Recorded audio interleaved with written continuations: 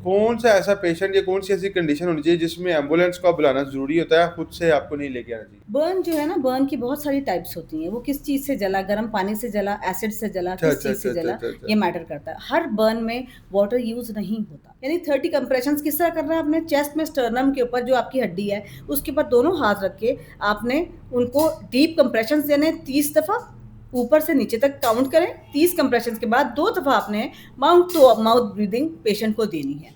Rib cage से नीचे और अम्ब्लाइकस यानी जो आपका अम्ब्लाइकस है, पेट बेली मतलब बटन, पहले उससे ऊपर रखते हैं तो कोई 2-3 इंचेस का फ़र्क होता है, और उसके ऊपर आप दूसरा हाथ रख के उसको 5 दफ़ा डीप इनवर्ड्स और अपवर्ड्स प्रेस करते हैं। पेशेंट को पीछे से पकड़ के उसको यहाँ हाथ रख के उसको प्रेस करते हैं इनवर्ड्स और अपवर्ड्स। 5 टाइम्स करते हैं, और फिर जब भी कोई चीज़ लॉज हुई हुई होती है तो वो निकल आती है। कि अगर किसी को बहुत बुरा करंट लग जाए, उस सिचुएशन में क्या करना चाहिए? फालिज ऐसे भी हो सकता है कि आपके साथ एक मरीज जो है वो बिल्कुल सही तरह बात कर रहा है, और आहिस्ता से आहिस्ता उसकी ज़बान जो है वो लड़खड़ाना शुरू हो गई है, और उसकी स्पीच जो है वो इनकोहेरेंट है या समझ में नहीं आ रही। दौरे की सूरत में आप बच्चे को लिटाकर उसको करवट दे देते हैं, और उसको उस टाइम का इंतज़ार करते हैं जब तक उसका फिट रिकवर ना आ जाए। ब्रेस्ट फीडिंग के दौरान मदर्स जो हैं वो एहतियात नहीं करती, और बच्चों को फीडिंग करते हुए खुद भी सो जाती हैं, और बच्चे को भी बिल्कुल फ्लैट लिटाकर सो जाती हैं कि ब्रेस्ट के कंप्रेशन की वजह से उसकी सांस रुकी और बच्चे की डेथ हो गई। ओए होए होए होए! ये जो फर्स्ट एड बॉक्स होता है, इसमें क्या-क्या चीज़ें ज़रूरी हैं? अस्सलाम वालेकुम, डॉक्टर सेट आपके लिए लेके आता है पाकिस्तान के काबिल तरीन डॉक्टर्स का पॉडकास्ट, ताकि हमारे ज़हन में किसी भी तरह कोई सवाल, कोई वसवसा या कोई शक शुबहत है उसको दूर किया जा सके। आज हमारे साथ मौजूद हैं डॉक्टर मारूफ जैदी, जो कि इमरजेंसी पेशेंट की स्पेशलिस्ट हैं। आज हम इनसे कुछ इमरजेंसी पेशेंट्स के हवाले से, जैसे हमारे घर में किसी को कुछ ऐसी इमरजेंसी आ जाती है, उसमें एहतियाती तदाबीर या कोई क्वेश्चन है वो पूछेंगे। अस्सलाम वालेकुम मैम। अस्सलाम वालेकुम, डॉक्टर मारूफ ज़ैदी।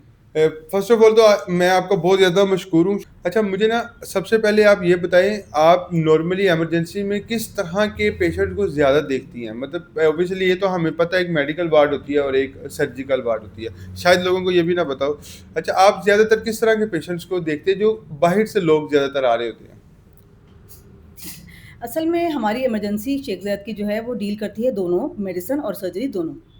हमारे पास एक ट्रायज के साथ ट्रॉमा रूम भी है, जिसके अंदर ट्रॉमा आता है, और ट्रायज में हमारे पास मेडिकल के पेशेंट्स आते हैं। तो इमरजेंसी डिपेंड करता है कि कौन सी टाइप की है, सर्जिकल है या मेडिकल है, और उसकी ट्रीटमेंट भी अकॉर्डिंगली ही हम करते हैं। मेरा क्वेश्चन ये है कि ज़्यादातर पेशेंट किस तरह के आते हैं? मतलब एक्सीडेंट हुए होते हैं या पेट दर्द के साथ आते हैं, कमर दर्द के साथ, या हार्ट अटैक के साथ, किडनी के पे किस तरह के पेशेंट नॉर्मली ज़्यादा आ रहे होते हैं? देखिए, इसका कोई हार्ड एंड फास्ट नहीं है। अगर जैसे फॉग के ज़माने में, स्मॉग के ज़माने में एक्सीडेंट ज़्यादा होते हैं तो ट्रॉमा के पेशेंट्स आते हैं। आउटब्रेक्स हों तो आउटब्रेक्स के पेशेंट्स आते हैं। जैसे अक्टूबर नवंबर में डेंगू बहुत ज़्यादा आउटब्रेक पे था, तो बिल्कुल, वो उसके पेशेंट्स बिल्कुल, आ हाँ, रहे हाँ। थे। अभी रमज़ान आ रहा है, रमज़ान में हमारे पास डायरिया शुरू हो जाएगा। डायरिया तो जी। ये सीज़नल होता है, और ऑब्वियसली अगर आपके पास बाहर विज़िबिलिटी ज़्यादा नहीं अच्छी आ रही है, या ज़ीरो विज़िबिलिटी है, तो उसमें फिर ट्रॉमा के केसेस ज़्यादा आ रहे बस होते हैं। अब ट्रॉमा आप एक्सीडेंट को कहना चाह रही हैं, जी, बाइक बिल्कुल, एक्सीडेंट या एक्सीडेंट, कार एक्सीडेंट, बिल्कुल, ठीक है, ठीक है। बिल्कुल। अच्छा, अच्छा मुझे ये बताएँ, हर हॉस्पिटल में माशाल्लाह बड़े हॉस्पिटल में इमरजेंसी वार्ड होती है। इमरजेंसी और ओपीडी में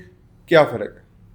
जी, ओपीडी और इमरजेंसी में बहुत फ़र्क है। ओपीडी होता है वॉक इन पेशेंट, यानी कि एक ऐसा पेशेंट जो चलकर आपके पास आ सके, जिसको कोई इमरजेंसी नहीं है, जिसके क्रॉनिक इश्यूज़ चल रहे हों, एक्यूट इमरजेंसी ना हो, वो ओपीडी का पेशेंट होता है। इवन हमारे पास जब इमरजेंसी में पेशेंट आता है और वो एक क्रॉनिक इश्यू के साथ आता है, जैसे मुझे 1 हफ्ते से 2 हफ्ते हो गए मेरे सर में दर्द है, तो हम उसको ओपीडी ही रेफ़र करते हैं। ओपीडी है। इमरजेंसी का पेशेंट वो होता है जिसको वाक़ई इमरजेंसी होती है और एक्यूट होती है, और शॉर्ट ऑनसेट के अंदर-अंदर उसको सिम्पटम्स अपीयर हुए होते हैं। अच्छा, बहुत शुक्रिया, डेफ़िनेटली ये चीज़ें। अच्छा, ये बताइए सबसे पहली चीज़, मेडिकल वार्ड और सर्जिकल वार्ड का थोड़ा-सा फ़र्क भी बता दें प्लीज़? अच्छा, मेडिकल वार्ड और सर्जिकल वार्ड में ये फ़र्क है कि सर्जरी में हमारे पास आएँगे ट्रॉमा के केसेस, अगेन एक्सीडेंट के, एक्सीडेंट। या कोई ऑब्वियसली सुसाइड, होमिसाइड, ये सारे हमारे पास एक्सीडेंट में आते हैं, लेकिन सुसाइड जो है वो हम मेडिसिन में कवर करते हैं। बट ट्रॉमा जो है ना, जैसे एक्सीडेंट्स हो गए या कोई किसी के साथ फाइट हो गई, ये हम ट्रॉमा में सर्जरी में कवर करते हैं, और मेडिसिन में हम लोग आउटब्रेक्स को, हार्ट अटैक्स को, स्ट्रोक्स को, इन सबको कवर करते हैं। मेरा मतलब जो मैं समझ सका हूँ, हम ये सर्जिकल में मतलब किसी को कट लग गया, कोई खून निकल आया, ऐसी चीज़ें सर्जिकल में देखी जाती हैं। जी, बिल्कुल, वो और ट्रॉमा होता अंदरूनी है। तौर पे आपको कोई दर्द है पेट में, गुर्दे में, दिल में, सर में, कुछ भी है तो वो मेडिकल में देखा बिल्कुल। जाता है। अच्छा, मुझे ये बताएँ कि नॉर्मली हमने अक्सर देखा है कि कुछ लोग बहुत ज़्यादा, मतलब नॉर्मली लोग ऐज के हवाले से ये करते हैं कि एम्बुलेंस को बुलाते हैं। अदरवाइज़ अगर कोई छोटा या जवान है तो उसको किसी तरीके से अपनी कन्वेंस में लेके आते हैं।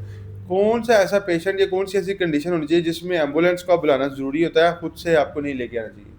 देखिए डिपेंड ये करता है कि आपके पास टाइम कितना है। आप एम्बुलेंस को कॉल कर देंगे, अगर एम्बुलेंस को ही 10-15 मिनट से ज़्यादा लग रहे हैं, तो वो तो आपका पेशेंट का जो आपकी जो गोल्डन आवर है, वो तो आपने उसको उसी वक़्त वेस्ट करना शुरू कर दिया ना।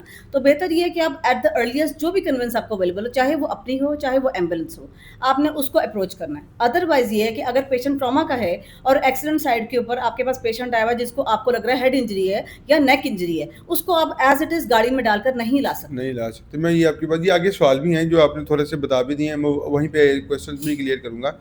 अच्छा मुझे ये बताएँ, कौन से अब ऑब्वियसली कौन से ऐसे सिम्पटम्स हैं जिसमें कभी भी इग्नोर नहीं करना चाहिए, आपको लाज़मन जो है इमरजेंसी में जाना चाहिए? मतलब सम टाइम ऐसे होता है मेडिकली तौर पे इंसान को तकलीफ़ होती है, तो हमने अपनी रोज़मर्रा ज़िंदगी में देखा है कि लोग कहते हैं कोई बात नहीं है, मैं ठीक हो जाऊँगा। या तो फिर मेरे दिमाग में ये गलतफ़हमी है कि मुझे लगता है जब इंसान कह रहा है ना मैं ठीक हो जाऊँगा, तो वो उसको इमरजेंसी की ज़रूरत ही नहीं है। या फिर शायद उसको इमरजेंसी की ज़रूरत होती है और वो बिला वजह नहीं जा रहा होता। ये थोड़ा-सा गाइड करें मुझे। देखिए, ये आपने 3-4 सिनेरियोज़ को इकट्ठे सवाल में डाला है। होता ये है कि जब आपके पास कोई पेशेंट आ रहा होता है और उसको एक मसला काफ़ी दिनों से चल रहा होता है, तो बेसिकली तो वो ओपीडी का पेशेंट ओपीडी होता है। का पेशेंट। अदरवाइज़ ये है कि अगर वो उसको जैसे अब फॉर एग्ज़ाम्पल छोटी-सी चीज़ है, कोल्ड एंड फ्लू है, जिसको 7 दिन से ज़्यादा हो गए हैं, वो आप पेशेंट उससे रिकवर नहीं कर पा रहा और उसको वो सोच रहा है कि ये हम कभी किसी वक़्त टाइम मिला तो मैं ओपीडी में दिखा दूँगा, अपने घरेलू टोटके कर रहा है, कोल्ड एंड फ्लू की दवाइयाँ ले रहा है, वो सेटल नहीं हो रहा। ऐसे पेशेंट को हम ओपीडी ज़रूर रेफ़र करते हैं, लेकिन अगर हमें लगे कि उसको इमरजेंसी है और अब 7 से 8 दिन के बाद उसको शॉर्टनेस ऑफ ब्रेथ स्टार्ट हो गई है, तो वो इमरजेंसी का पेशेंट बन जाता है। ठीक, ठीक। ये सवाल था मेरा कि समटाइम ऐसे भी होता है कि रोज़मर्रा हमने घरों में देखा है, क्योंकि ना वैसे तो मैं हर पॉडकास्ट में तारीफ़ करता हूँ, मैं government hospital even Sheikh Zayed hospital government तो नहीं, सेमी गवर्नमेंट है, इनकी इमरजेंसी से बहुत ज़्यादा सैटिस्फाई हूँ। मैंने कभी भी इतने प्राइवेट हॉस्पिटल में इतनी अच्छी सर्विसेज़ नहीं देखी जो मैंने यहाँ पे देखी है। अच्छा चलें, अब हम आते हैं उस तरफ, थोड़ा-सा नेक्स्ट सेक्शन की तरफ। अगर कभी इंसान बेहोश हो जाए, तो उस टाइम पे क्या करना चाहिए? खुद से उसको, जैसे लोग पानी फेंकते हैं, वो कभी कुछ जी उसका बीपी चेक करके नमक खिला देते हैं, ऐसे करना चाहिए या फिर उसको जल्दी से इमरजेंसी लेके जाना चाहिए? जी। असल में जब भी आपका पेशेंट बेहोश होता है और आप देखते हैं 2 चीज़ें, या तो आपने ऑन साइट उसको विटनेस किया बेहोश होते हुए देख के, या फिर आपने उसको यू जस्ट फाउंड आउट कि वो बेहोश पड़ा हुआ है, वो कितने टाइम से बेहोश पड़ा है आपको नहीं पता। हुँ। तो ऐसे में आपको मैन्यूवर या कोई मैनेजमेंट अब से खुद से स्टार्ट करने के बजाय इमरजेंसी इसलिए रश करना चाहिए क्योंकि देखिए बहुत सारी चीज़ें होती हैं, अगर पेशेंट को हाइपरटेंशन की वजह से कोई मसला हुआ है, तो नमक खाने से उसका ब्लड प्रेशर शूट कर जाएगा। अच्छा मैंने ये वो देखा है कि माशाल्लाह अभी डॉक्टर लोग ना, मतलब कि एक लैंग्वेज है हाइपरटेंशन, हम मतलब ठीक है, ये इसको हम क्या कहते हैं, ब्लड प्रेशर। जी। तो आपसे रिक्वेस्ट है कि आपने इसको यहाँ पे ना ब्लड प्रेशर कहना है, क्योंकि मैंने भी बड़ी देर बाद चीज़ें सीखी हैं, तो जो शायद पहली दफ़ा देख रहा होगा उसको पता भी नहीं चले, हाइपरटेंशन ब्लड प्रेशर को कहते हैं। और इसी तरह से चलो, थैंक यू। अब आपने 2 सिचुएशंस बताई, एक वो कि कब से बेहोश है वो हमें नहीं पता। बिल्कुल, और एक वो को आपने विटनेस हाँ, किया। विटनेस के जो हमारे सामने बेहोश हो रहा है, तो उसका उसको भी ट्रीट कर लेना चाहिए। नहीं, देखिए वही मैं आपको बता रही हूँ कि अगर पेशेंट बेहोश हुआ है स्ट्रोक की वजह से या ब्लड प्रेशर हाई होने की वजह से, उसको आप नमक खिला देंगे तो क्या होगा? प्रेशर और शूट कर जाएगा। इसी तरह पेशेंट अगर हाइपोग्लाइसीमिया की वजह से बेहोश हुआ है, शुगर के लो होने की वजह से, उसको अगर आप जैसे लोग कहते हैं ना ओआरएस पिला दो या नमक और चीनी मिक्स करके नींबू डाल के पिला दो, तो उसके लिए वो चीज़ें बिल्कुल और रिस्क बढ़ाने वाली हैं। इसलिए बिल्कुल भी आप एक पेशेंट जिसके आपको पैरामीटर्स नहीं पता, पता आपको नहीं पता उसकी शुगर क्या जा रही है, उसका ब्लड प्रेशर क्या है, उसकी सैचुरेशन क्या है, उसके साथ आपको मैनेजमेंट खुद से करने की ज़रूरत नहीं है। आप रेस्क्यू 112 कॉल करें और किसी भी करीबी इमरजेंसी रश करें ताकि उसके पैरामीटर्स पता चलें और अकॉर्डिंगली उसको मैनेज किया मैं जाए। समझ। अच्छा अगर किसी इंसान को कोई कट लग गया या कोई ज़ख्म लग गया है, किसी वजह से ब्लीडिंग नहीं रुक रही, तो उस सिचुएशन में अब ऑब्वियसली जब तक वो इमरजेंसी ही लेके जा रहे हैं, तब तक उसकी एहतियाती तदाबीर कैसे उसको कंट्रोल किया जा सकता है? जी, अगर पेशेंट ऑलरेडी हमारे पास जब पेशेंट ट्रॉमा में आता है और वो हम देखते हैं उसकी साइड क्या है, जहाँ पे बहुत ज़्यादा हाइली सर्कुलेटेड एरियाज़ होते हैं, वहाँ पे ब्लीडिंग ज़्यादा होती है। अदरवाइज़ ये कि अगर पेशेंट ब्लड थिनर्स पे है, तो उसको हमेशा कहीं से भी कट लगेगा उसको ब्लीडिंग ज़्यादा होगी। समझ नहीं, ब्लड ब्लड थिनर्स यानी खून पतला करने की दवाइयाँ, एस्पिरिन वगैरह लेता हो, वारफरिन लेता हो तो उसकी जो ब्लीडिंग है वो देर में अरेस्ट होती है, अच्छा, अच्छा, बाज़ अच्छा, औक़ात अच्छा। नहीं अरेस्ट ये होती। देखें वो एक टॉपिक था जो हमें मतलब मेरे लिए इन्फॉर्मेटिव है जी, कि मुझे नहीं बिल्कुल पता था। जी, बिल्कुल। तो उसमें ये होता है कि आपने पेशेंट को देखना है, अगर आप देख रहे हैं ऑलरेडी वो ब्लड थिनर्स या खून पतला करने वाली दवाइयों पे है, या फिर ये कि कोई ऐसा एरिया है जहाँ से वो ब्लीडिंग ज़्यादा सर्कुलेशन की वजह से रुक नहीं रही है, तो वहाँ पे आप कंप्रेशन बैंडेज करते हैं। कंप्रेशन बैंडेज ऐसे होता है कि आपके पास जो गॉज़ेज़ होते हैं ना, गॉज़ पीसेज़ लेके आप उनका एक छोटा-सा पाइल बनाकर और उसके ऊपर हाथ से प्रेस मुझे करें।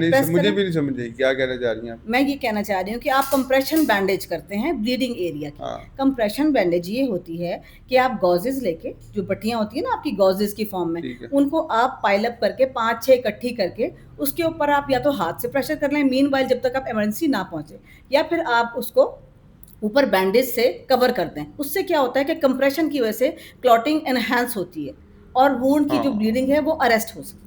अच्छा इसके अलावा क्या ऐसे हो सकता है लोग क्या करते हैं पीछे ही आगे कहीं कोई नाला या कोई चीज़ ज़ोर से बाँध देते हैं।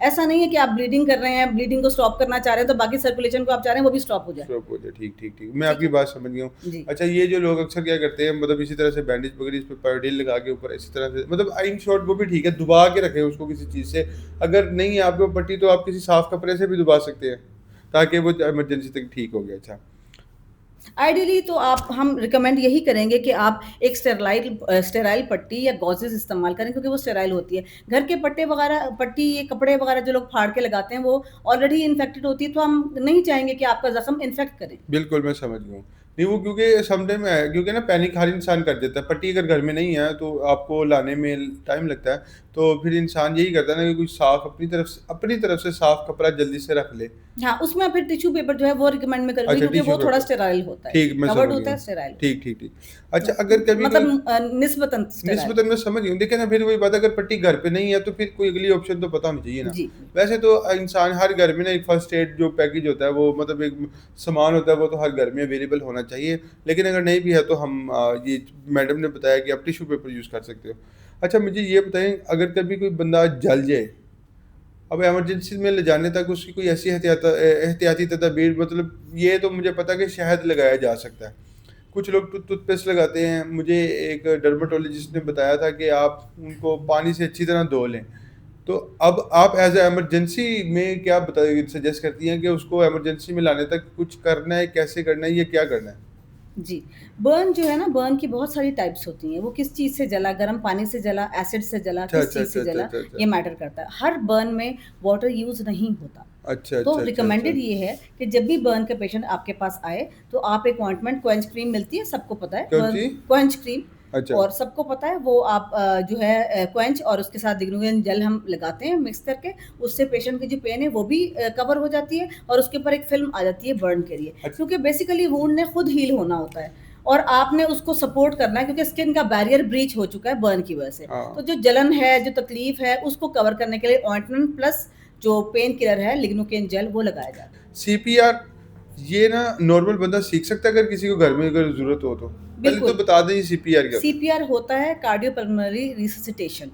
सीपीआर जो है वो एक ऐसा मैनेजमेंट मैनूवर है, जब आप पेशेंट को देखें वो अनकॉन्शियस हुआ है, चाहे वो रेस्पिरेटरी अरेस्ट यानी सांस के रुकने से बेहोश हुआ है, या फिर कार्डिक अरेस्ट यानी दिल के रुकने से बेहोश हुआ है। आप उसको चेस्ट कंप्रेशंस देते हैं। एयरवे को आप मेक श्योर करें कि आपका एयरवे या सांस का जो आपका हिसाब किताब है वो सही चल रहा है, क्योंकि आपने घर में करना है। अगर आपने पेशेंट को विटनेस किया है या कहीं पे भी आपने करना है, तो सीपीआर का तरीका ये होता है कि इसका होता है 30 कंप्रेशंस पर मिनट, और 30 कंप्रेशंस के बाद आप ऑल्टरनेट करते हैं 2 ब्रेथ्स के साथ। यानी 30 कंप्रेशंस किस तरह करना है, आपने चेस्ट में स्टर्नम के ऊपर जो आपकी हड्डी है उसके ऊपर दोनों हाथ रख के आपने उनको डीप कंप्रेशंस देने 30 दफ़ा, ऊपर से नीचे तक काउंट करें। 30 कंप्रेशंस के बाद 2 दफ़ा आपने mouth to mouth breathing patient को देनी है। ठीक, उससे ठीक। आप एयरवे और उसकी रेस्पिरेटरी और कार्डियक दोनों को मैनेज कर रहे हैं।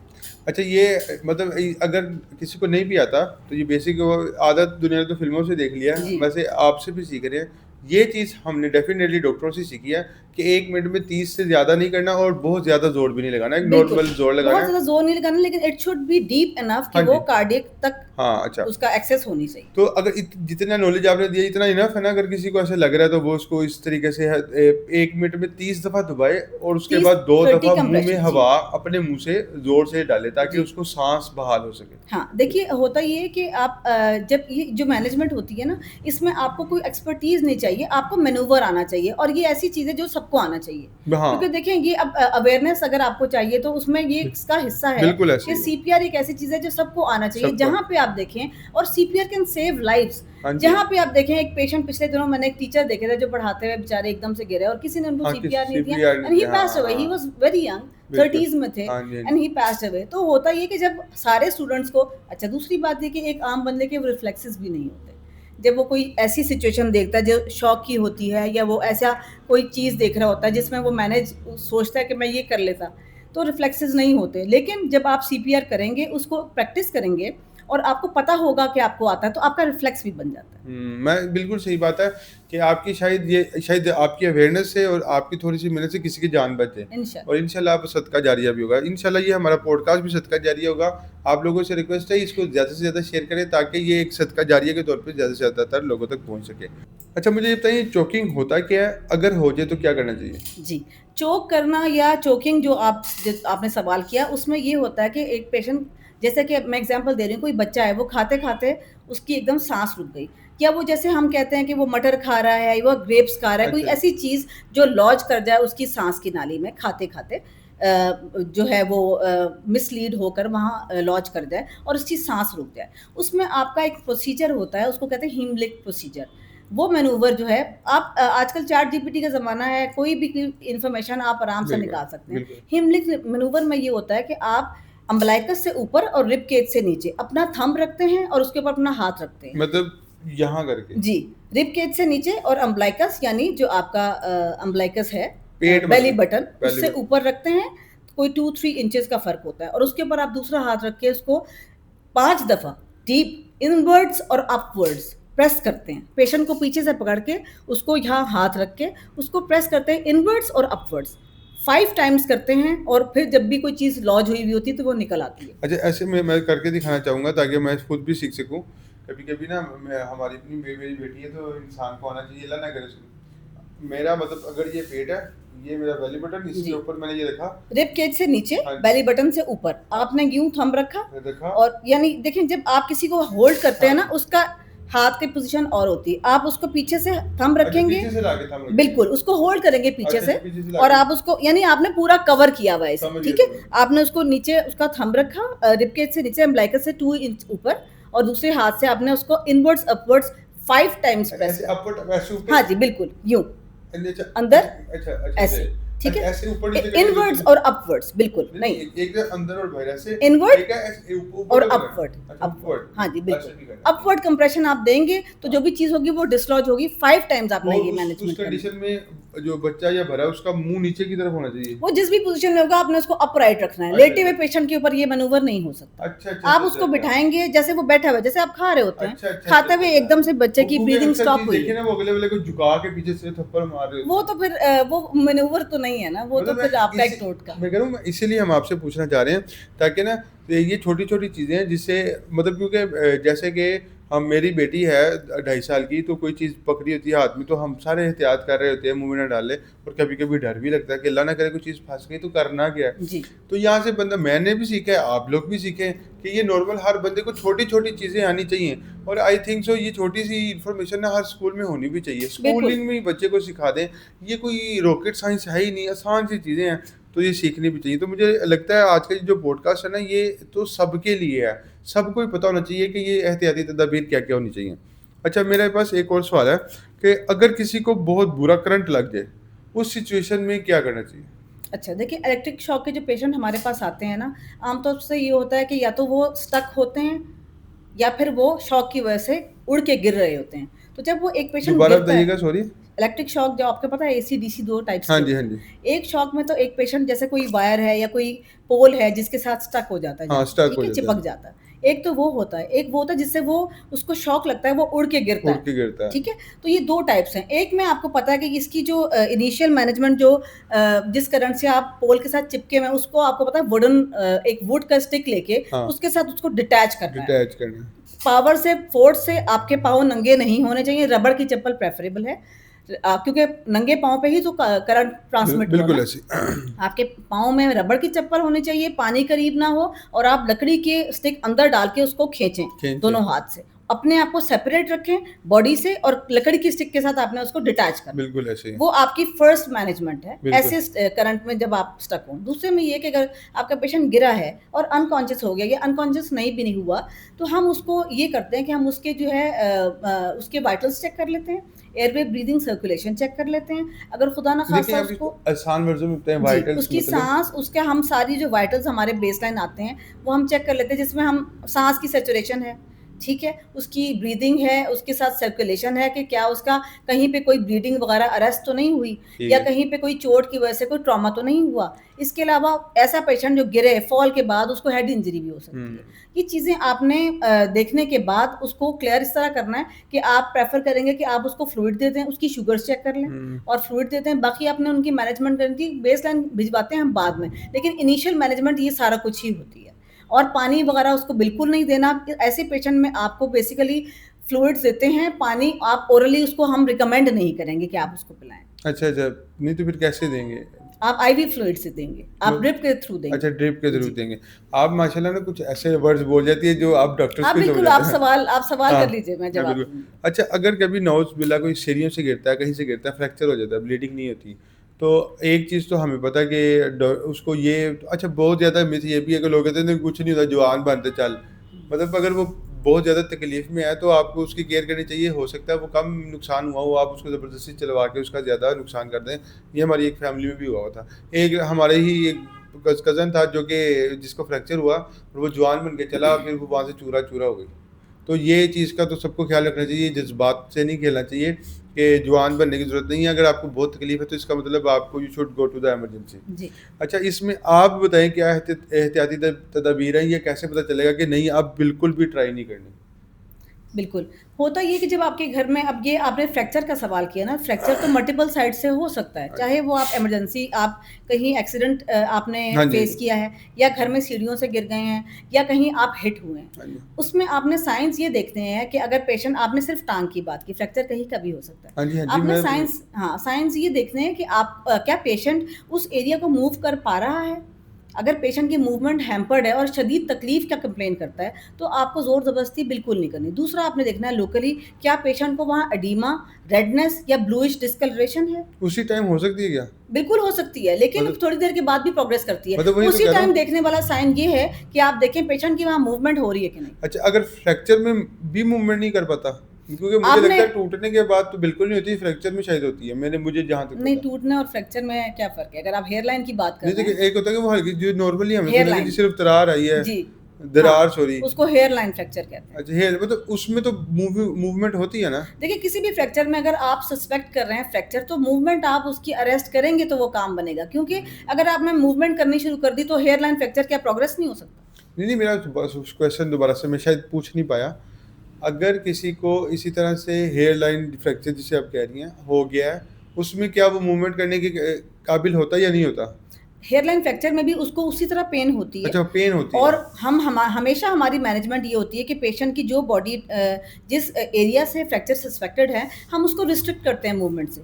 हम उसको मूवमेंट से बचाते हैं, अगर चाहे वो आप लकड़ी का फट्टा लगा के ऊपर पट्टी बांध दें, उसको रिस्ट्रिक्ट कर दें। टाँग का है तो टाँग को रिस्ट्रिक्ट कर दें, उसको स्ट्रेट रखें। उसमें क्या होता है कि जो आपकी मूवमेंट से मज़ीद कोई खदशा या मज़ीद कोई उसका नुकसान होने की गुंजाइश है, वो हम मिनिमाइज़ कर देते हैं। यहाँ पे वो दोबारा आपने एक हमें बात गाइड की थी, वहाँ पे आऊँगा कि इस सिचुएशन में आपने खुद से अब वो टाँगों पाँव से उठा के जगह-जगह नहीं बिठाना, यहाँ पे रेस्क्यू को अगर अगर ज़्यादा आपको बच्चे किसी को पेन हो रही है, तो उसको ये ना कहें कि उठ के इस साइड पे आ जाओ, मतलब अक्सर मैंने देखा कि रोड पे एक्सीडेंट हुआ है ना, तो उसको कहते हैं चल के साइड पे आ जाओ, मतलब साइड पे। तो पॉसिबल है कि उतनी देर में उसका ज़्यादा इंजरी हो जाए, आप उसी जगह पे कहीं पे साइड पे बिठा दो और 1122 को आके एम्बुलेंस में या किसी चीज़ में उसको लेके जाए। ये मैं ठीक कह रहा हूँ या गलत कह रहा हूँ कि उसको साइड पे चले जाना चाहिए? देखिए, रोड साइड एक्सीडेंट के केसेस जो होते हैं ना, वो उस तरह नहीं होते हैं जो घर में होते हैं। रोड साइड का मसला है कि एक चलती हुई सड़क है, जिसमें आपका एक्सीडेंट हुआ है। तो ऑब्वियसली आपने पेशेंट को चलती हुई सड़क से तो बचाना है ना, वो ऑलरेडी इंजर्ड है। दूसरी बात ये है कि ऑब्वियसली एक पेशेंट को इर्द-गिर्द लोग होंगे और लोग हेल्प करने आते भी हैं। उसमें ये होता है कि जब आप देखेंगे एक पेशेंट इंजर्ड है, कहीं से ब्लीड कर रहा है या अनएबल टू मूव है या उठ के बैठ नहीं पा रहा, या चल नहीं पा रहा, उसको आप गोद में उठा के या हेल्प करके सड़क के साइड पे किनारे पे ला सकते हैं, जब तक कि रेस्क्यू 112 या कोई एम्बुलेंस अराइव नहीं तो करे। फिर यहाँ पे उस टाइम पे ये फिर ध्यान रखना ज़रूरी होगा कि जो वो बता रहा है इंजरी वाली साइड, जैसे हाथ कह रहा है, पाँव कह रहा है, कुछ भी कह रहा है, तो उसको ज़रा ना खींचें, उस पे ज़रा वेट ना डालें ताकि वहाँ पे ज़्यादा इंजरी ना हो जाए। बिल्कुल, बिल्कुल बिल्कुल, ऐसे ही। हाँ, ताकि उनके बाकी बॉडी से आप उसको उठा लो, ठीक है। अच्छा, चलें हम अगले एक और सेक्शन की तरफ आते हैं, जहाँ पे हम हार्ट अटैक और स्ट्रोक की बात करेंगे। अच्छा, नॉर्मली हार्ट अटैक के साइंस क्या होते हैं और उस टाइम पे क्या घर में किसी तरह से उनको वैसे ही वो जो हमने बात की थी ईआरपी की, सीआर सीआरपी सीपीआर की, सीपीआर सीपीआर, सॉरी, सीपीआर देना चाहिए या नहीं देना चाहिए? जी। देखिए, होता ये है कि जब हार्ट अटैक का पेशेंट, अब डिपेंड करता है कि हार्ट अटैक किस वजह से आया।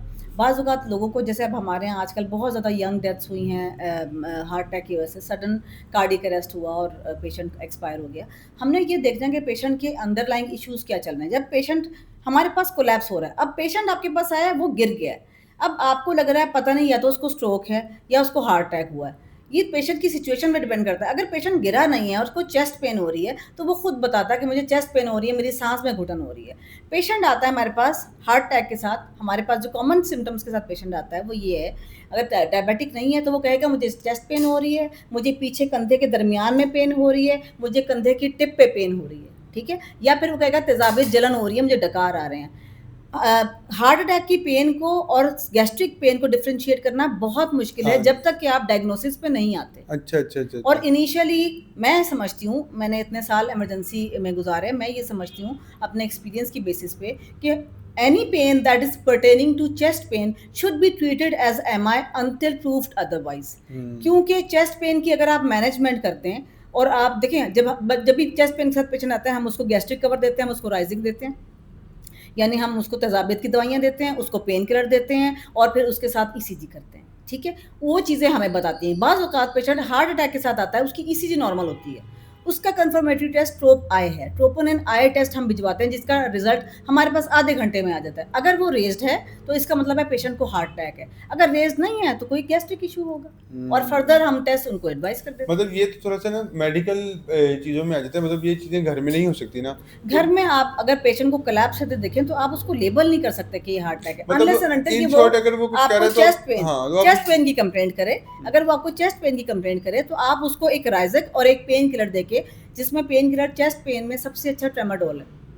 आप उसको राइज़क के साथ ट्रेमाडोल देकर उसको हॉस्पिटल लेके आइए और फिर उसके सारे वर्कअप कराइए। फर्स्ट एंड फॉरमोस्ट उसकी ईसीजी करवाइए। बिल्कुल, मैं आपकी समझ आ गया। मतलब आप ये, अगर वो चेस्ट पेन बहुत सीवियर है तो पहले हाथ ही आप उसको हॉस्पिटल ले जाएँ। जी। लेकिन अगर वो कहीं बर्दाश्त के काबिल है तो आप यही जो मैडम ने बताया कि उसको कोई पेन किलर दें और उसका थोड़ा-सा इंतज़ार करें 10-15-20 पेन किलर भी स्पेसिफिकली मैंने आपको बताया कि राइज़क के साथ ट्रेमाडोल दें। ट्रामाडोल, ये भी मैं इंशाल्लाह कोशिश करूँगा लिख दूँ, ठीक है? अच्छा, इसके बाद हम अगले की तरफ आते हैं, स्ट्रोक। अच्छा, आपने एक चीज़ तो कन्फर्म कर दी कि अगर वो अपने सेंसेस में है तो वो बताएगा मुझे पेन है, तो हार्ट अटैक पॉसिबल है। लेकिन अगर वो गिर गया तो हमें नहीं पता वो अब फालिज मतलब स्ट्रोक है या हार्ट अटैक है। जी, बिल्कुल। तो अगर हमें किसी बंदे को गिर गया और स्ट्रोक हो गया, पहले उसको कोई सिम्पटम्स पता चल सकते हैं कि अब ये स्ट्रोक है, और उस टाइम तो डेफिनिटली आपको हॉस्पिटल तो ले जाना ही होता है।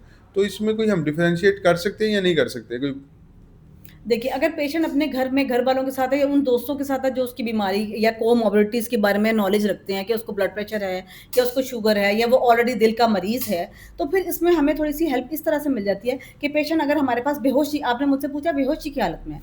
पेशेंट हमारे पास बेहोशी की हालत में आता है, हम उसके लाने वाले को, अटेंडेंट को या दोस्तों से पूछते हैं क्या उसको ब्लड प्रेशर, शुगर, दिल का मसला है। उसके साथ हम उसकी मैनेजमेंट इस तरह करते हैं कि सबसे पहले हम उसका साँस चेक करते हैं, उसका बीपी चेक करते हैं, उसकी शुगर्स चेक करते हैं, साथ ही उसकी ईसीजी हो जाती है। ईसीजी में चेंजेस देख लेते हैं, साथ ही हम उसको जो है अगर उसकी शुगर वगैरह का कमी या बेची है, तो हम उसके साथ उसकी फ्लूइड अटैच कर देते हैं। कम शुगर है तो उसके लिए 5% डेक्सट्रोज़ या जो भी उसकी मैनेजमेंट होती है वो करते हैं। अगर बीपी ड्रॉप है तो उसके लिए हम उसको नॉर्मल सलाइन लगाते हैं। लेकिन इन सारी चीज़ों के साथ-साथ ये जानना ज़रूरी है कि हमने डिफरेंशिएट करना है। अब अगर पेशेंट हाई ब्लड प्रेशर के साथ आया है और अनकॉन्शियस है और वो पहले भी बता चुके हैं कि इसका बीपी शूट करता रहता है, तो हमें स्ट्रोक का सस्पिशन ज़हन में रखना चाहिए, क्योंकि ये फालिज भी हो सकता है। लेकिन फालिज के मरीज़ आमतौर से हमारे साथ आते हैं कि जैसे जैसे उनको कोई साइड उनकी जो है वो फालिज की वजह नॉर्मली से आधी साइड नॉर्मली होता है, आधी साइड होती है फालिज, बाकी बंदा बोल रहा होता है। कोई भी हो सकता है। फालिज ऐसे भी हो सकता है कि आपके साथ एक मरीज़ जो है वो बिल्कुल सही तरह बात कर रहा है और आहिस्ता से आहिस्ता उसकी ज़ुबान जो है वो लड़खड़ाना शुरू हो गई है और उसकी स्पीच जो है वो इनकोहेरेंट है या समझ में नहीं आ रही कि वो क्या बोल रहा है। उसके अल्फ़ाज़ समझ में नहीं आ ये रहे भी एक हैं, नहीं उसके होना चाहिए। अल्फ़ाज़ मुँह में रुक रहे हैं या वो कह रहा है कि मुझसे पानी नहीं पिया जा रहा, मेरा पानी मुँह में रुक रहा है। ये सारे सिम्पटम्स स्ट्रोक के अर्लियर ऑनसेट के होते हैं। ये आपने बहुत ज़रूरी इन्फॉर्मेशन दी है कि अगर किसी को पानी पीते हुए ऐसे लगे, क्योंकि ये मैंने सुना भी नहीं है, आप लोग क्योंकि देखते हैं आपको ज़्यादा पता है, तो मैंने जो मैडम से समझा हूँ कि अगर आप पानी किसी आप पेशेंट को पानी पीते हुए बोल मतलब पानी अंदर नहीं निकल सक रहा या उसे बोलते हुए उसके आहिस्ता आहिस्ता इसके अल्फाज लड़खड़ा रहे हैं, तो ये अर्ली साइन ऑफ फालिज है। स्ट्रोक जी, बिल्कुल, बिल्कुल ठीक है, तो बिल्कुल। इसमें आपको जल्दी से जल्दी हॉस्पिटल लेके जाना जी, चाहिए। पानी पीने का जो हमारा वो है एक सिम्पटम वो बेल्स पैल्सी में भी होता है, जो कि थोड़ा-सा पैरालिसिस फेज़ का होता है, उसको हम स्ट्रोक नहीं कहते। लेकिन ये earlier signs and symptoms stroke के हो सकते हैं। अल्लाह पाक सबको अपने हिफ्ज़ ईमान में रखे। हाँ जी। अच्छा, जब कभी किसी का बीपी या शुगर शूट कर जाए या बिल्कुल डाउन चला जाए, तो ऑब्वियसली उसको इमरजेंसी में ही ले जाया जाता है, लेकिन घर में कुछ एहतियाती तदाबीर करनी चाहिए? जी, बिल्कुल। देखिए, जो भी शुगर के पेशेंट हैं, मैं उनको ख़ास तौर से रिकमेंड करूँगी कि वो अपने पास अपना ग्लूकोमीटर ज़रूर रखा करें। क्योंकि शुगर के मरीज़ों का मसला ये होता है कि बाज़ औक़ात वो अद्वियात इस्तेमाल कर रहे होते हैं और उसके बगैर भी उनको हाइपोग्लाइसीमिया या शुगर की कमी होने का मर्ज़ जो है वो लाहक होना शुरू हो जाता है, हो सकता है, पॉसिबिलिटी है। उसमें क्या होता है कि आपको पता नहीं चलता कि पेशेंट को शुगर ज़्यादा हो रही है या कम हो हुँ। रही है। पेशेंट आपके सामने ड्राउज़ी होना शुरू हो जाएगा या उसको चक्कर की कंप्लेंट होगी या वो अनकॉन्शियस होगा। तो अनलेस एंड अनटिल कि आपको पता ना हो कि उसका शुगर लेवल क्या है, आप उसकी मैनेजमेंट नहीं कर हाँ, सकते। मैनेजमेंट लगा है। तो हाइपोग्लाइसीमिया के पेशेंट या जिसकी शुगर कम हुई हुई है, उसको अगर आप और जो है शुगर की दवाई दे देंगे, तो वो तो आपने उसके बिल्कुल, खतरा बिल्कुल। बढ़ा दिया। इसीलिए इन सारी चीज़ों में बड़ी एहतियात से चलना पड़ता है और आपको जो भी डायबिटिक पेशेंट है, उसके लिए मैं ख़ास तौर से रिकमेंड करूँगी कि ग्लूकोमीटर अपने पास हाँ ज़रूर जी, रखें। मैं भी यही कहने वाला था कि आप अपने पास शुगर चेक करने वाली मशीन और ब्लड प्रेशर चेक करने वाली मशीन घर में ज़रूर रखें, अगर ख़ास करके आपके घर में कोई बुज़ुर्ग है। ऐसा बिल्कुल, अगर मरीज़ मौजूद है, तो हाँ, आपके पास बीपी का आला हाँ, और शुगर बिल्कुल। का आला ज़रूर होना बिल्कुल चाहिए। होना चाहिए। अब इस टाइम बहुत ज़्यादा एक्सपेंसिव नहीं है, तो आप कोई एक नॉर्मल मैं आपको सजेस्ट भी करूँगा, मैंने खुद अपने अपने वालिद साहब के लिए दराज से मँगवाया हुआ है, जो कि बहुत ज़्यादा एक्सपेंसिव नहीं है। मेरा कोई ₹1 का कमीशन नहीं है, लेकिन वो बिल्कुल ठीक काम करता है। आप भी जाएँ दराज पे ढूँढें, नॉर्मल प्राइस पे ले सकते हैं। अच्छा, अब इसके बाद मैं आपसे अगला सवाल ये करूँगा बच्चों से रिलेटेड। नॉर्मली बच्चों को बुखार होता रहता है। बच्चों में ऐसे सिम्पटम्स या ऐसा कोई बुखार बता दें जब अलार्मिंग हो, उसको जल्दी से इमरजेंसी लेके जाना चाहिए? जी, डिपेंड करता है बच्चे की ऐज क्या है, क्योंकि देखिए हमारे पास बच्चे पूरे एक वाइड उसका ऐज रेंज है। इन्फेंट है, टॉडलर है, फिर बड़ा बच्चा है, up till the age of 14 हम बच्चों को बच्चा ही कंसिडर करते हैं। डिपेंड करता है, अब देखिए अगर इन्फेंट है, इन्फेंट क्योंकि एक छोटा बच्चा है, उसको अगर आप बुखार रह रहा है और आप उसके लिए डिपेंड करता है ना कि आपका बच्चे की ऐज क्या है। आप बुखार के लिए उसको पैनाडोल दे रहे हैं, इन्फेंट के लिए तो हम पैनाडोल ड्रॉप्स यूज़ करते हैं। तो आप उसको पैनाडोल दे रहे हैं, उसका बुखार सेटल नहीं हो रहा, तो फिर आपको इमरजेंसी ज़रूर दिखाना चाहिए, क्योंकि देखिए टॉडलर में और इन्फेंट में ये फ़र्क होता है, टॉडलर फिर थोड़ा-सा 2-3 साल का बच्चा बताना शुरू कर देता है, उसको कोई पेन हो रही है वो बता सकता है, इन्फेंट बता नहीं सकता। बता नहीं तो सकते। ये सारी चीज़ों में आपको ज़रूर इमरजेंसी जानी चाहिए, स्पेशली ऐसा बुखार जो तेज़ रह रहा हो और 3 दिन से ज़्यादा हो, क्योंकि वायरल फ़ीवर 2 से 3 दिन में स्पाइक देकर सेटल होना शुरू हो जाता है। हुँ। लेकिन अगर कोई इन्फेक्शन या जैसे कि डेंगू, उसके अंदर बच्चे का फ़ीवर सेटल नहीं होता, तो ज़रूर आपको मैं ये रिकमेंड करूँगी कि पहले 2 दिन फ़ीवर अगर सेटल ना हो, डिस्पाइट कि आप उनको पैनाडोल दे रहे हैं, तो आपको इमरजेंसी ज़रूर ये रश ये करना ये चाहिए। एक चीज़ अच्छी जो मुझे समझ आई, ये इसका क्रक्स जो मुझे भी चाहिए था कि अगर आपके बच्चे को 2 दिन के बाद भी बुखार है, इवन लेकिन आप उसमें उसको पैराडोल या ऐसी कोई पैराडोल ही रिकमेंडेड होता है, दे रहे हैं, तो उसके बाद आपको लाज़िमन इमरजेंसी लेके और जाना उसके चाहिए। बावजूद पैनाडोल देने के बावजूद बुखार रह रहा है, बच्चा लेथार्जिक है, सिम्प्टोमेटिक है, आप उसको ज़रूर इमरजेंसी लेके आइए। अगर कभी बच्चों को फिट्स मतलब दौरे पड़े, तो फिर उस टाइम पे पेरेंट्स को क्या करना चाहिए? जी। बच्चे की अगर बच्चा आपके पास फिट्स के साथ आ रहा है या बच्चे को आप विटनेस करते हैं उसके पेरेंट्स कि उसको फिट या दौरा पड़ा है अचानक से। दौरे के भी बहुत सारे टाइप्स हैं और उनको लगता है कि उसको दौरा पड़ा है या उसको एकदम से कन्वर्जन या सीजर आना शुरू हो गया है। तो उसका तरीका ये है कि सबसे पहले आप बच्चे को करवट लिटाएँ और उसको साइड पे करें, क्योंकि होता ये है कि जब आप उसको पानी कभी भी नहीं देना चाहिए। आप हमेशा जब भी दौरा पड़ता है तो आप बच्चे को लिटाकर उसको, बच्चा हो या बड़ा हो, दौरे की सूरत में आप बच्चे को लिटाकर उसको करवट दे देते हैं और उसको उस टाइम का इंतज़ार करते हैं जब तक उसका फिट रिकवर ना आ जाए। मीनवाइल आप रेस्क्यू 1122 को या जो भी आपकी एम्बुलेंस है उसको कॉल करें और हॉस्पिटल रश करें। वजूहात बहुत सारी हैं। कभी कभार बच्चे को बहुत हाई ग्रेड फीवर होता है, उसमें भी उसको दौरा पड़ सकता है। 104 105 बुखार के ऊपर बच्चे को दौरा पड़ सकता है। अपरोलिंग ऑफ आइज़ हो सकती हैं, आँखें वो ऊपर कर लेगा और कुछ ऐसा लगेगा जैसे कि वो बेहोश हो रहा है या गुनूदगी में जा रहा है या वो बात सही नहीं कर पा रहा, अगर वो बच्चा बड़ा बोलने वाला है। तो इसमें ये होता है कि आप बच्चे को करवट देकर उसको पीछे से सहलाएँ और पानी बिल्कुल ना दें, क्योंकि उसकी साँस उस वक़्त अरेस्ट हुई हुई होती है और वो पानी साँस की नाली में चला जाता है और बच्चा एस्पिरेट कर सकता है। ये चीज़ बच्चों ये और जो बड़ों दोनों के लिए ये वैलिड दोनों है। बहुत चीज़ें ज़रूरी थी। बिल्कुल। अच्छा, उसमें आपने क्या है कि एम्बुलेंस को बुलाएँ, क्या वो खुद अपनी कन्वेंस में ले जाना फिज़िबल नहीं है उसको? नहीं, बिल्कुल है। अगर बच्चा छोटा है, मेरा मकसद आपको मैंने शुरू में भी बताया था कि मेरा मकसद यहाँ पे ये मैसेज देना है कि जो भी कन्वेंस आपको रेडिली अवेलेबल हो, जो आपको सबसे पहले आपको आप अप्रोच अपनी गाड़ी देखिए, आमतौर से पेरेंट्स हैं, उनका बच्चा है या औलाद है, उसके पेरेंट्स हैं, उनको लाते ले जाते हुए ड्राइविंग करना भी मुश्किल होता है। नहीं, नहीं, मेरा क्वेश्चन इस तरह से भी था ना कि एम्बुलेंस में कुछ ऐसी फैसिलिटीज़ होती हैं जो आप अपनी कन्वेंस में नहीं रख सकते। जी, बिल्कुल जैसे आपकी बात सही है, आपके लेकिन एज़ हाँ, सच सीजर के लिए अगर आपका हॉस्पिटल करीब है, तो एज़ सच आपको दौरे की शक्ल में अगर कोई अच्छा, अच्छा, बच्चे को अच्छा। सिम्पटम आया है, तो आपका वो मैंने मैनेजमेंट बता दी कि करवट देकर आप उसको सहलाएँ और फिर उसको इमरजेंसी रश करें।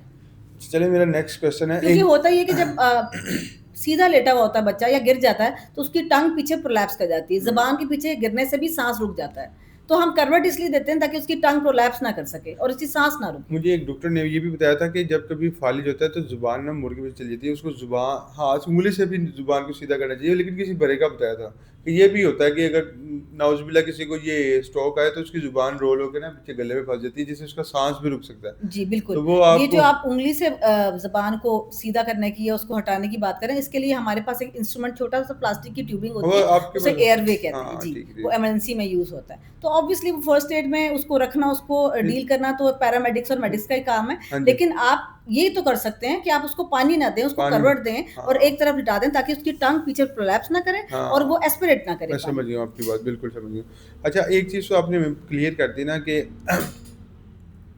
अगर कोई चीज़ फँस जाए तो कैसे हमें बच्चे को मतलब दबाना है और कैसे जी, इसको ट्रीट हिंग करना है। लेकिन निगल अगर नाउज़ुबिल्लाह बच्चे को उल्टी-पुल्टी सीधे चीज़ें निगल जाते हैं, तो सम टाइम हम कहते हैं चलो अल्लाह खैर करेगा, अब क्या हो गया।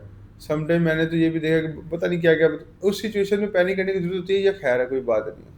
देखिए, अनलेस एंड अनटिल कि बच्चे की जो ज़ाहिर है बच्चे ये सब कुछ करते हैं, कोई बीड ले लिया, कोई मोती खेलते हुए डाल लिया, मटर का दाना डाल लिया। उसमें ये होता है कि अगर अनलेस एंड अनटिल कि बच्चे की ब्रीथिंग हैम्पर नहीं हुई, उसकी साँस ठीक है, तो आप उसको इमरजेंसी ले जाकर उसको स्कोप से निकलवाइए। आइडियली रिकमेंडेड यही है। नहीं, अगर वो निकल गया बस ठीक पूरी सही तरीके से निकल गया। देखिए कोई भी चीज़ अगर वो निकल गया, एटलीस्ट डॉक्टर को रिपोर्ट तो करे ना कि ये हाँ, चीज़ उसने ये ठीक है। फॉरेन बॉडी निगली हुई है। और हाँ, अगर वो किसी कोई पॉइज़नस चीज़ निकल गया है, तो ऑब्वियसली आपको तो इमरजेंसी रश करना पड़ेगा। बिल्कुल ठीक, ठीक, ठीक। अच्छा, मुझे ये बताएँ कि न्यू पेरेंट्स अपने बच्चों को लेके कौन-सी गलती करते हैं? तो न्यू पेरेंट्स के लिए कोई एडवाइस है इमरजेंसी से के हवाले से? वो या किसी गलत कंडीशन में इमरजेंसी ले आते हैं या जब लाना चाहिए और नहीं लेके आते? इस बारे में कुछ बता सकती हैं? जी, बिल्कुल। मेरा सबसे ज़्यादा कंसर्न हमेशा इन्फेंट्स के बारे में ये रहा है कि अक्सर औक़ात ये होता है कि जो ब्रेस्ट फेड बच्चे होते हैं, वो ब्रेस्ट फीडिंग के दौरान मदर्स जो हैं, वो एहतियात नहीं करती और बच्चों को फीडिंग करते हुए खुद भी सो जाती हैं और बच्चे को भी बिल्कुल फ्लैट लिटाकर सो जाती हैं। उससे क्या होता है कि बच्चा बहुत सारे केसेज़ ऐसे रिपोर्ट, इवन वेस्ट में भी केसेज़ रिपोर्ट हुए कि ब्रेस्ट के कंप्रेशन की वजह से उसकी साँस रुकी और बच्चे की डेथ हो गई। ओए होए होए होए! तो ये न्यू पेरेंट्स को आइडिया नहीं होता। ये इस नहीं चीज़ पता, के लिए हाँ। अवेयरनेस की बहुत ज़्यादा ये ज़रूरत है। बहुत ज़रूरत है। हाँ, तो हाँ। उसमें ये होता है कि आपको एक तो बच्चे को बिल्कुल फ्लैट लिटा के फीड कभी भी ना कराएँ, चाहे बॉटल से करा रहे हैं, चाहे ब्रेस्ट फेड है।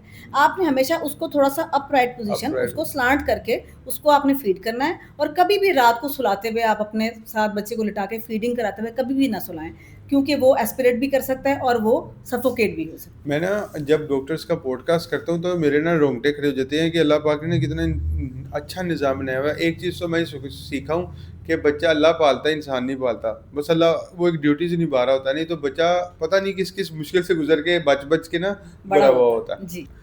अच्छा, अब अगले सवाल की तरफ मैं ये आता हूँ कि अगर कभी कोई जानवर जैसे कुत्ता या कोई बिल्ली या कोई और चीज़ काट ले तो तब क्या करना चाहिए? डिपेंड करता है कि जानवर कौन-सा है और स्ट्रीट डॉग है, स्ट्रीट कैट है या कोई घर में पली हुई बिल्ली या कुत्ता है। क्योंकि आमतौर से हमारे यहाँ अब इतनी अवेयरनेस है कि जो घर में जानवर रखे जाते हैं, जिनको पेट किया जाता है, उनको वैक्सीनेट किया जाता है। अगर आपको जो जानवर है उसका वैक्सीनेशन स्टेटस मालूम नहीं है, तो सबसे पहले आप इमरजेंसी रश कीजिए। जैसे ही डॉग बाइट हुआ है, अगर वुंड बना हुआ है, आप उसको इमरजेंसी रश कीजिए, ट्रॉमा में जाके उसको स्टरलाइज़ करवाइए, उसकी बैंडेज करवाइए और उसकी मैनेजमेंट करवाइए। दूसरा टेटनस का इंजेक्शन ज़रूर लगवाइए। टेटनस का इंजेक्शन अगर आपने लगवाया हुआ है, उसकी बूस्टर डोज़ की तब तक ज़रूरत नहीं होती जब तक एक रिक्वायर्ड टाइम पूरा ना हो, लेकिन मैं रिकमेंड करूँगी कि उसको लगवाने में कोई हर्ज नहीं है। अगर आपने लगा हुआ भी है, बस उसका पेशेंट्स को याद ही नहीं होता कि हमने लगवाया कि नहीं, तो उसमें आपको टेटनस का इंजेक्शन लगवाने में कोई हर्ज नहीं है, ज़रूर लगवा लिया कीजिए क्योंकि एक जो चीज़ है वो 100 बिल्कुल, चीज़ें उससे बिल्कुल। आपको हाँ, परहेज़ हाँ, बचा मतलब सकती है। किसी ने बड़ी प्यारी बात की थी एक डॉक्टर ने कि शुरू में तो वो आपको लगता है ना कि एक और 2 बातें मैं मज़े की बताता हूँ। एक तो ये डॉक्टर ने कहा था कि अगर इंसान अपना टेस्ट करवा ले और वो ठीक आ जाए ना तो उसको लगता है पैसे ज़ाया हो गए। मतलब आप हुँ, वाली बात है एहतियाती और इसी तरह से अगर तो ये टेटनस का टीका या फिर कोई दवाई है ना, तो तब तक तो उसको बड़ी महँगी लगती है कि ये बड़ी महँगी लिख दी। लेकिन नाउज़ुबिल्लाह कोई मसला हो जाए ना, तो वो कहता है काश मैं मैं थोड़ी लगवा लेता। महँगी ले लेता लेकिन बच तो जाता ना। जी, क्योंकि सम टाइम जो बहुत सस्ती और हल्की दवाई है, उसका वो फ़ायदा नहीं होता जो महँगी वाली का मतलब किसी अच्छी कंपनी का हो सकता है। वो बिल्कुल, तो आप मैं लोग असल ज़्यादा में बेहतर जी। जानेंगे। हमारे पास एक केस रिपोर्ट हुआ था जो कि एक डॉग पंजाब यूनिवर्सिटी का एम्प्लॉयी था। मैंने नाम इंस्टीट्यूट का इसलिए लिया क्योंकि एक जो लाइव केस होता है ना, वो उसको डिस्कस करने से नसीहत ज़्यादा नसीहत होती है। ज़्यादा होती है। यंग पेशेंट था वो मैं हमारे पास आया डिप्रेशन के साथ। उसके भाई ने कहा कि ये स्ट्रेस में है, उसको नींद नहीं आती, बहुत दिनों से ऐसा ही है, खा-पी भी नहीं रहा और उसने बड़े वेग सी हमें मालूमात दी, जो कि हमें लगा कि शायद साइकियाट्रिक इश्यू है। हमारे पास वो रहा, 1 दिन आया, हमने उसको साइकियाट्रिस्ट को दिखाकर डिस्चार्ज कर दिया। उसके हफ्ते के बाद दोबारा आया, साइकियाट्रिस्ट ने देखा और उसके बाद मील व माइल उसी वक़्त उन्होंने मुझे बताया कि ये पानी को देख के चीखें मार रहा है।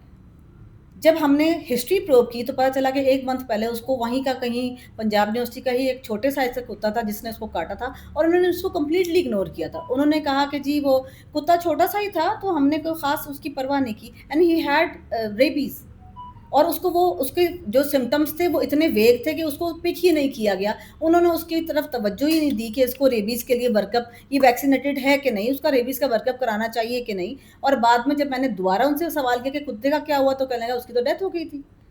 तो ये वो चीज़ें हैं जिसमें आप एक जो है ना आप अगर एहतियात कर लें तो 100 मसाइल से आप बच सकते हैं। अच्छा मुझे ज़रा बताएँ, मैं खुद शौक हो रहा हूँ।